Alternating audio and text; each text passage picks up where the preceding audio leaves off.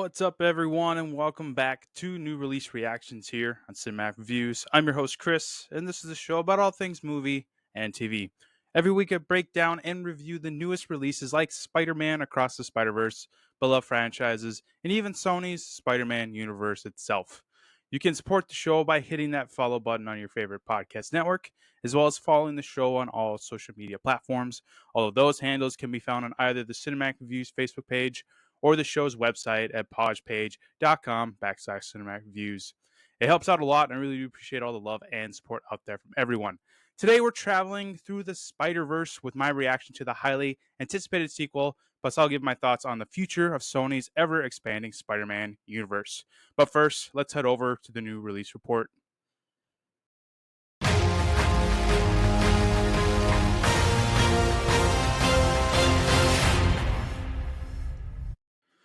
Welcome back to the new release report here on Cinematic Reviews. Over on Netflix, we have two series that have been getting a lot of buzz lately. Fubar, starring Arnold Schwarzenegger and Monica Barbaro, and Exo Kitty. Check out both of those today on the streaming service. Over on Apple TV Plus, Ted Lasso Season 3 is out. All episodes are now streaming on that service. Along with Platonic, starring Seth Rogen and Rose Byrne. New episodes of that will drop every Wednesday. On Hulu, we have White Men Can't Jump, which is the remake of the 1992 film. On Prime Video, Citadel, starring Richard Madden, Priyanka Chopra Jonas, and Stanley Tucci. All episodes of that are now streaming. And then Jack Ryan, the fourth and final season, will premiere on June 30th. On Peacock, Shooting Stars, which is based on the high school years of NBA star LeBron James. And then on Disney Plus, we have a lot of announcements of new content coming out within the next couple of weeks. Avatar: The Way of Water arrives on June 7th. Flaming Hot, which is the movie about the famous Cheetos chip, arrives on June 9th.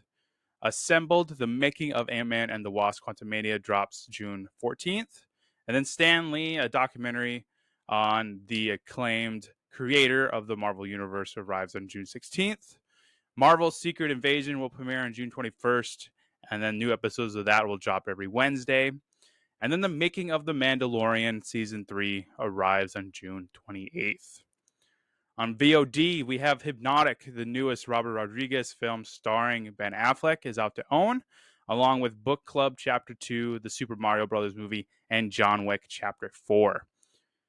Out in theaters, we have Spider-Man Across the Spider-Verse, which I'll be talking about in just a few moments, along with The Boogeyman, The Little Mermaid, Fast 10, The Machine, and About My Father.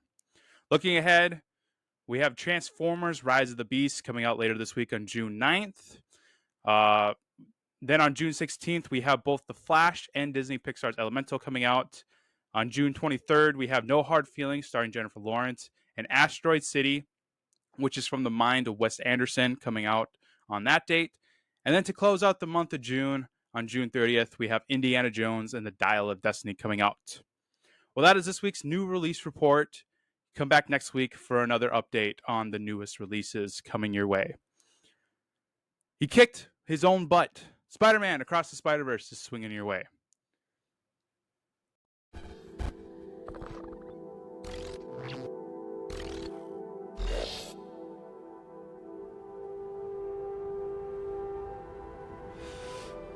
I can hear you being quiet, Mom. I hope I didn't ice your game, man. No one my age says those words in that order. It's just hard to see my little man not being my little boy all the time. Yeah. For years, I've been taking care of this little boy.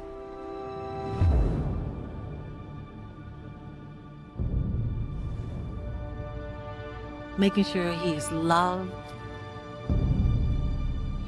that he feels like he belongs wherever he wants to be. He wants to go out into the world and do great big things. Not bad, kid. And what I worry about most I love you, Miles. is they won't look out for you like us. Miles! Want to get out of here? Wherever you go from here, you have to promise to take care of that little boy for me. Make sure he never forgets where he came from.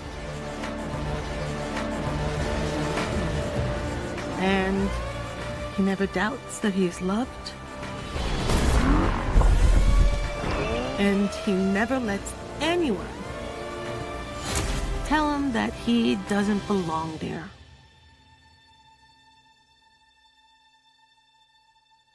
You gotta promise, Miles. I promise.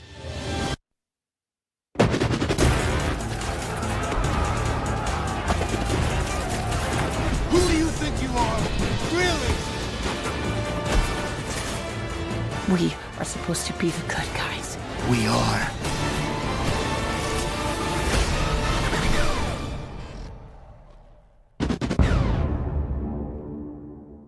Spider-Man Across the Spider-Verse was released on June 2nd, 2023. It stars Shamik Moore returning as Miles Morales, Haley Steinfeld returning as Gwen, Oscar Isaac starring as Spider-Man 2099, and Jake Johnson returning as Peter B. Parker.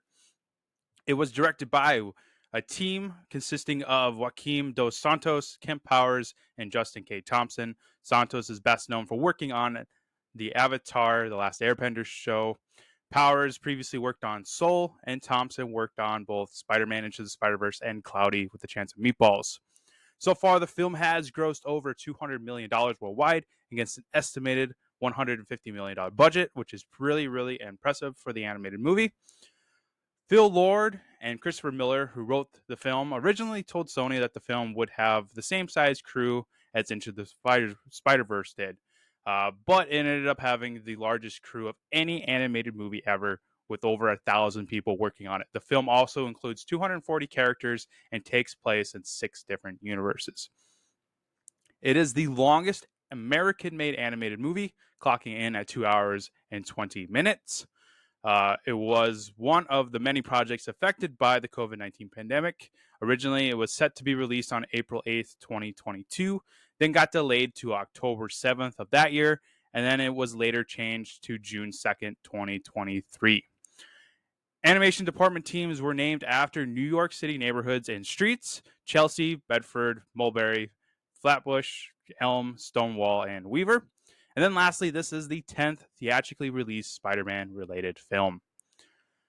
So for those who are fans of the podcast or know me personally, know that Spider-Man is my favorite superhero ever. I've read many of the comic books, played most of the video games, watched a lot of the animated TV shows, and of course have seen all of the Spider-Man related films, from Tobey Maguire's Spider-Man trilogy to even Morbius.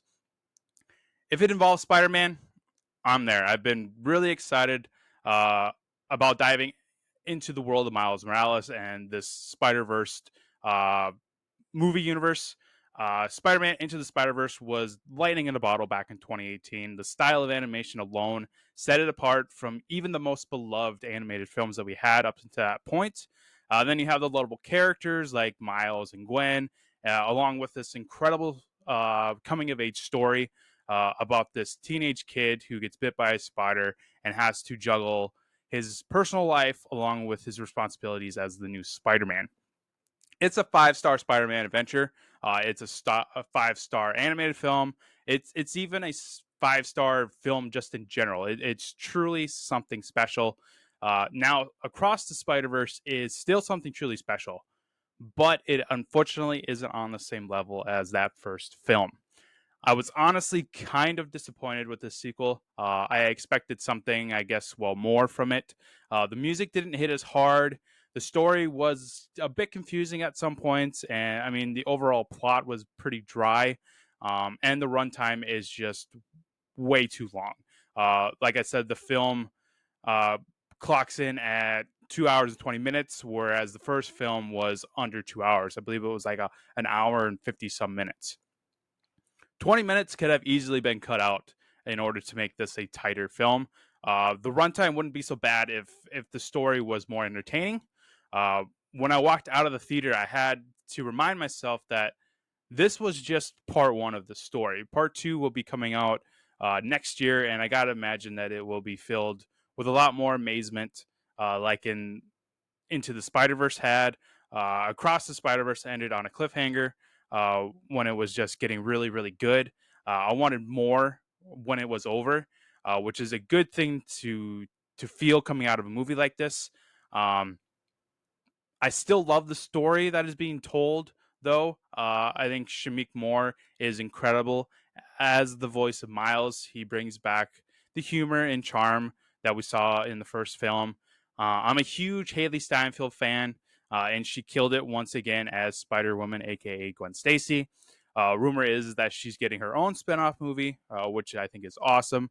She was kind of at the forefront of this movie, even though Miles is still the lead, which is really surprising. I mean, the first like 10, 15 minutes is really catching up with her character before we even get to Miles. Brian Tyree Henry and Luna Lauren Velez reprised their roles as Miles' parents. I thought they were terrific. I love their family dynamic in this universe. In this second film, you really see Miles struggling with balancing his personal life at home with his parents and then his responsibilities as Spider-Man. I think that is a very important element in the Spider-Man story, and they definitely nailed it for sure in the second movie. Jake Johnson also returns as Peter B. Parker, who was Miles' mentor in the first film, except this time he's not alone. He now has a daughter with his wife, Mary Jane Watson. Seeing him as a dad was great, and then finding out that he credits meeting Miles to the birth of his daughter because he gave him that courage to reconcile and start a family with the MJ in his universe. That was really, really heartwarming. There was a lot of heartwarming moments actually in the film. It's just once we meet Oscar Isaac's Spider-Man 2099 character, things start to get a bit confusing, and up to that point, we haven't really had an exciting story being told. Isaac put a lot of passion and energy into the character, which I really appreciate. It's just his backstory and overall mission was kind of whatever to me. He's not the only one that Miles is battling against, though. He also has to deal with the Spot, who is voiced by Jason Schwartzman. He did an incredible job with honestly a D-level comic book character. Like Isaac, he put a lot of energy and passion into that character, which I appreciate. That was really cool to see. My problem wasn't with the cast. It was with the story itself, like I keep saying, and how it was told. The movie was just really, really slow, pretty much the entire time until we get to like the last 20, 30 minutes. This movie follows the trend of part one of a two-part story, usually being slower and more plot driven than say part two of that story. Harry Potter, Twilight, Hunger Games, to name a few. Part one of those were very, very slow and more plot driven than their part twos, which were more action filled and exciting. And that's because it's meant to set up everything that part two will eventually conclude. This is the same case for Across the Spider-Verse. Its purpose is to set up everything for Beyond the Spider-Verse, which I'm pretty positive will be a lot more action-filled, have a lot more heart-filled, crushing moments in it. We might even see some characters die. We're not exactly sure where exactly they're headed with this story, but I gotta imagine that this second movie could walk so that the third film in this Miles trilogy could essentially run. With the multiverse, there is usually a lot of expectations for some wild cameos, like we saw in Spider-Man: No Way Home and Doctor Strange and the Multiverse of Madness. And Across the Spider-Verse delivers on that for sure. I jotted down the ones that I could remember and stood out to me the most. We have Donald Glover as Aaron Davis, aka the Prowler variant. This is obviously a MCU tie-in. You know, we saw Donald Glover play Aaron Davis in the MCU. I believe it was Spider-Man: Homecoming. He mentions that he has a nephew around the area who, of course, is Miles Morales. I thought that was really cool to get him in there, dressed up in the Prowler outfit finally. Then we have Daniel Kaluuya as Hobie Brown, aka Spider-Punk. That was great to have Kaluuya as part of the Spider-Man universe as one of the variants. Jack Quaid, who is from the Scream franchise and also the Amazon's The Boys series. He voices the Peter Parker variant.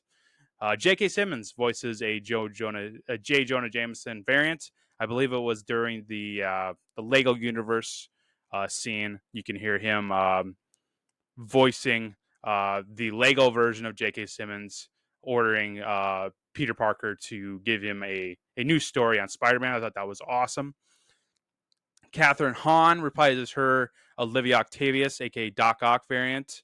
That was awesome to hear her in there. The Spot ends up in the Venom universe and visits Miss Chen in her convenience store. I thought that was an interesting choice there. Mahershala Ali voices a Aaron Davis variant towards the end of the film. The big one for sure is the footage from Andrew Garfield's The Amazing Spider-Man and Tobey Maguire's first Spider-Man film. This is when Oscar Isaac's Spider-Man 2099 is explaining to Miles that every Spider-Man has these canon moments, like the death of Uncle Ben, the death of Captain Gwen Stacy, being married to MJ. There's certain points in the Spider-Man life that has to play out in order for the universe to be whole. So, like Andrew Garfield's universe, we get the death of Gwen Stacy. That is one of the canons in a lot of the Spider-Mans. Then we have Tobey Maguire, who the big emphasis of that is the death of Uncle Ben, which is a huge canon point in this quote unquote Spider-Verse. We get other ones like I said, Peter marrying MJ or having kids. There's certain points that have to play out. So that's the part of the movie that can get a bit confusing for some younger viewers or viewers that aren't familiar with the Spider-Man lore. But I thought that was really cool to get a cameo of some sort from Andrew and Toby. Then we have Genki, who is playing the PlayStation Spider-Man game. And then we also get to see the actual Spider-Man character from the game as a variant at the Spider-Man headquarters in the year 2099. That was really cool to see. And then along with that, we have 100 other Spider-Man variants from the various TV shows and comic books during that big chase sequence between Spider-Man 2099 and Miles at the end of the film. So that was really cool. I mean, you could spend hours upon hours picking out all the different Spider-Man that are shown in that sequence. I believe like the very first Spider-Man from the comic was there with the classic pose of him swinging towards you on the web, and a lot of the various TV shows Spider-Man show up. It was really cool to see all of those when it's out to own and I can actually pause and slow down that sequence. It'd be really, really fun to kind of pick out all of the Spider-Man that I missed upon this first viewing. But yeah, so the cameos were awesome, but unfortunately they weren't enough to make this a 5-star film for me. The slowness and the confusing dry plot really hold it back for me. The music also was not very impactful either. That was a huge element of the first film that I loved, on top of the animation style and awesome story that it was telling. Into the Spider-Verse being such a phenomenon that it was back in 2018, I think honestly brings this movie down a bit. I mean, I've spent this entire episode comparing the two films because it's hard not to. Without the first film succeeding the way it has, we don't get this one. A lot of people are really high on this film, which I understand, and I'm not surprised because the animation style is so captivating. It's a great coming-of-age story. I mean, the comic book is really coming to life throughout this film through the animation and the voice acting. I just think people are too high on it. It's creating this kind of false expectations for the people who haven't seen the film yet. Leading up to its release, it was getting review bombed, but in the opposite directions of what actually usually has been happening when a film gets review bombed. Positive reviews were flooding social media, especially Twitter, about this movie being like the best animated movie of all time, even rivaling its predecessor Into the Spider-Verse. I'm here to tell you to keep your expectations realistic. If you go into the film with an insane amount of expectations that this will be on the same level as Into the Spider-Verse, you're probably going to walk out uh, kind of let down. Across the Spider-Verse isn't on the same level as Into the Spider-Verse, unfortunately. I'll elaborate it on more when I get to the rankings of the Spider-Man universe, but there is a huge gap between these two films. I still enjoyed watching it because I am a huge Spider-Man fan at heart.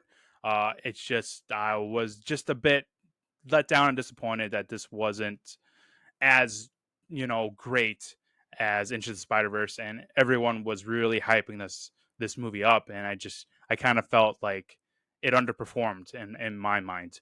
If you are a Spider-Man fan or just a fan of the first film, uh, definitely go out and check the film out in your local theater. I just want you all to really just keep your expectations realistic. It's a great film for the whole family to watch together, but if like I keep saying, if you're expecting it to be as good or even better than the first film, you're going to be a bit disappointed because it's there's a huge gap between these two films for sure. And so with that, let's take a quick break before I get into those Spider-Man universe rankings.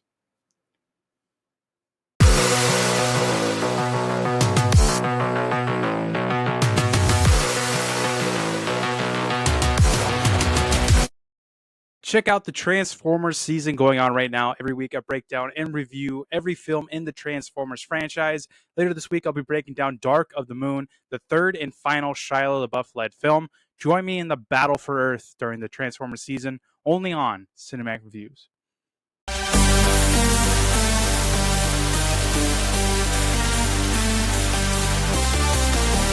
So here is the current rankings of the Spider-Man universe. At number 1, Spider-Man No Way Home. Number 2, Spider-Man Homecoming. Number 3, Spider-Man Into the Spider-Verse. 4, Spider-Man Far From Home. Number 5, The Amazing Spider-Man 2, followed by The Amazing Spider-Man at number 6. Number 7, Spider-Man 2. 8, Spider-Man. 9, Spider-Man 3. 10, Venom, Let There Be Carnage. 11 is Venom. And then at number 12 is Morbius.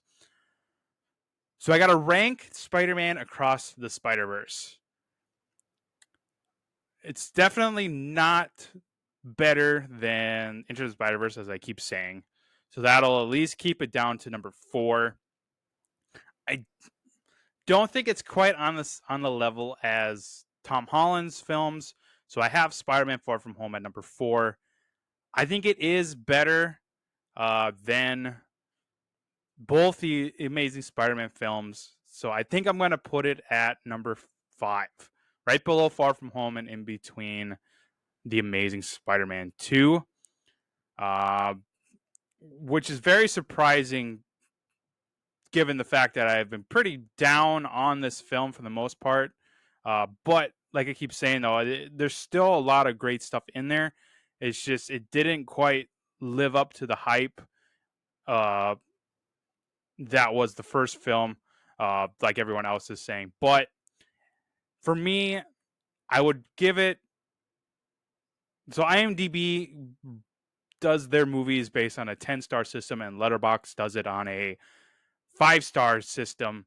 So on IMDb, which I mainly go off of for this show, I'm gonna give Spider-Man 7 stars out of 10. The cast is phenomenal. I mean, I still love the animation style.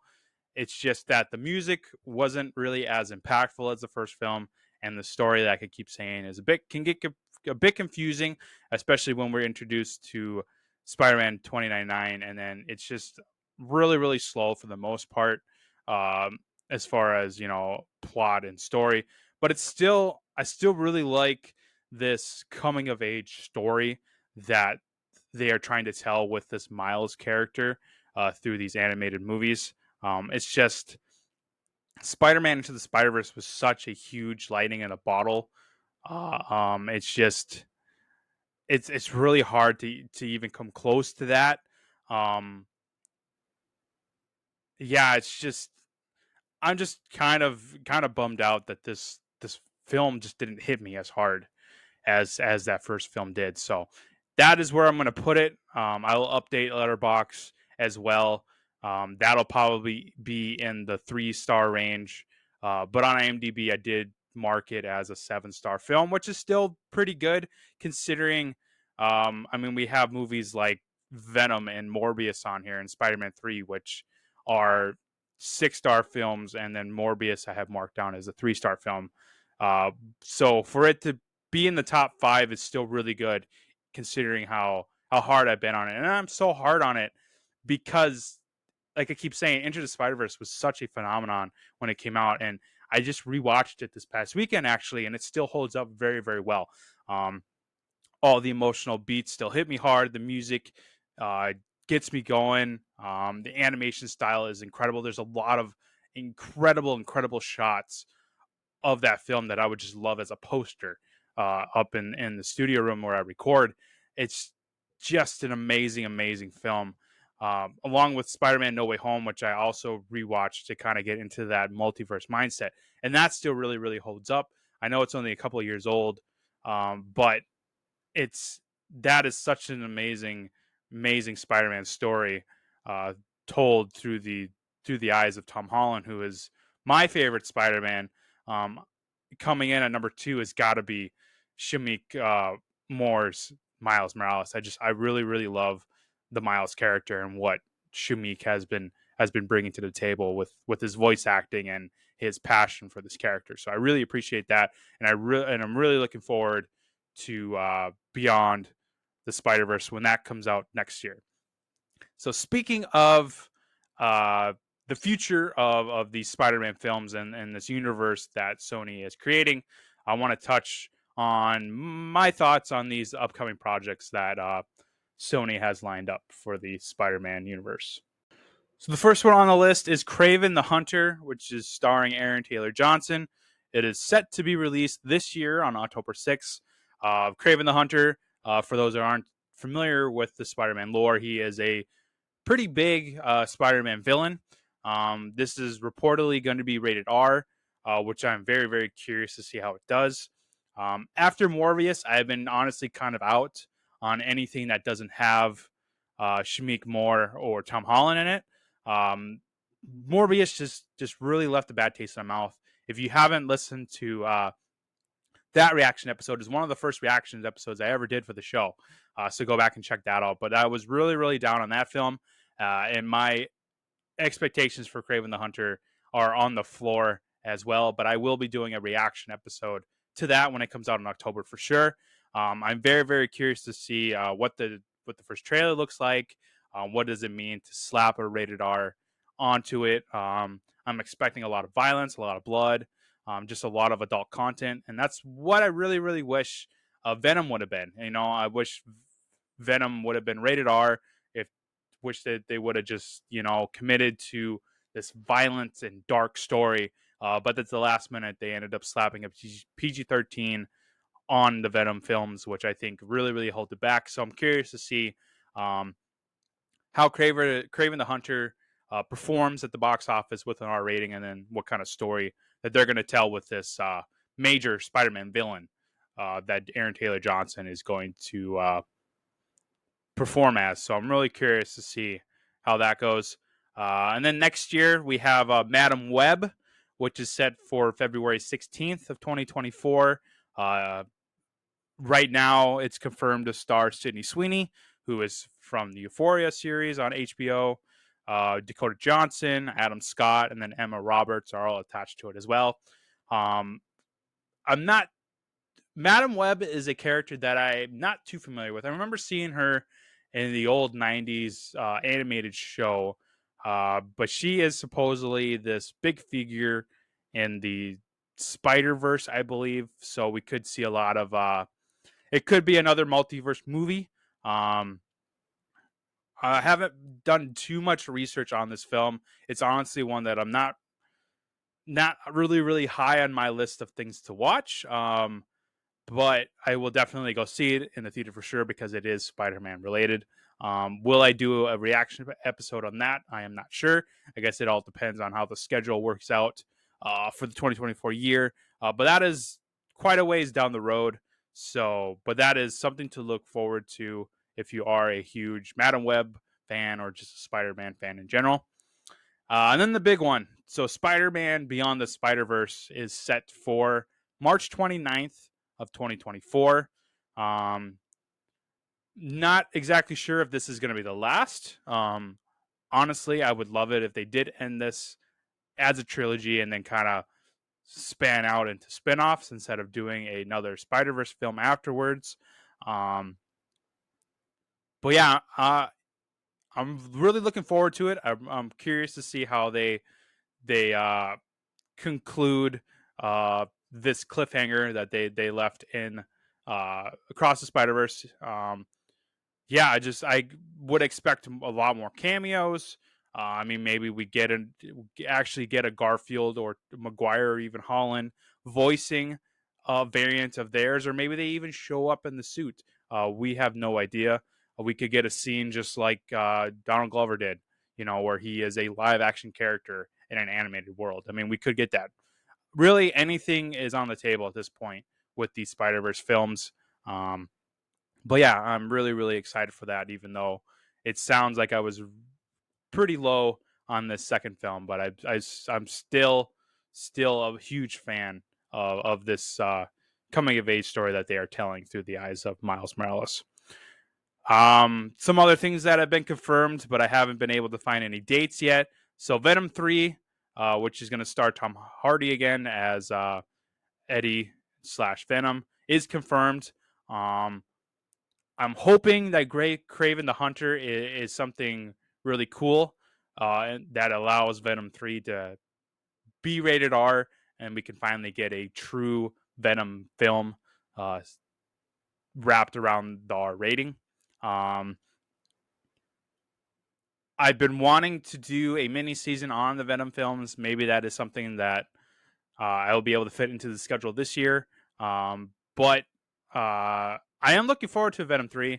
The two Venom films before it aren't great, but I still enjoy throwing those on every now and then because there are great parts to it. I think Tom Hardy is a great Eddie / Venom.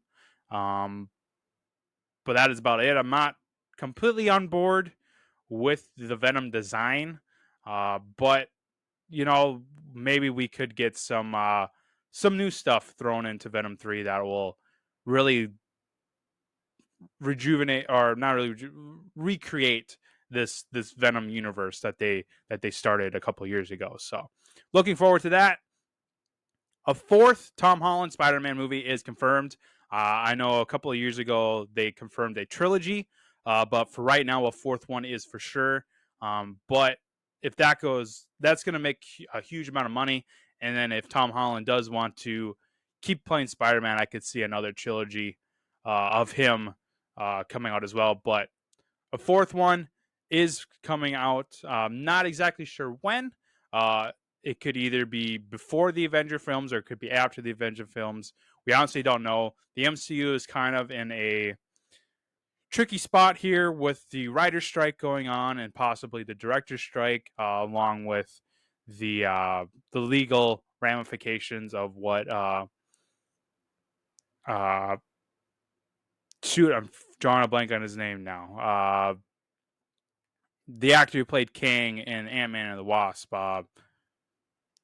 Oh wow, I'm just totally blanking on his name. I need to. Wow, this is really sad. I need to look this up. Let me find it here.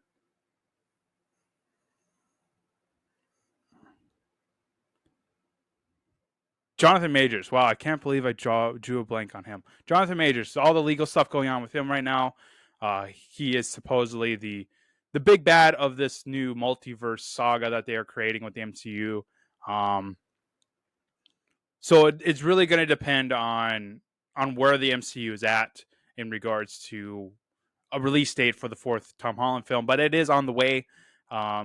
It'd be awesome. It's going to be awesome to see him get back into the suit after a couple year hiatus, which I totally understand. Tom Holland announced after the No Way Home release that he was going to take a break from acting, which I totally understand. He was in multiple MCU projects in the span of a few years. He was doing other films for Apple and Sony. Now he has a an Apple TV Plus series coming out. Uh, so he is coming back to the spotlight, which will, I'm sure, get the ball rolling with his fourth Spider-Man film. And yeah, just really, really excited to see that again. Will we get more appearances from Tobey Maguire or Andrew Garfield? I think so. I know back when No Way Home was released, a lot of rumors were circulating about, Tobey Maguire getting a fourth Spider-Man film, with Garfield getting a third Amazing Spider-Man film.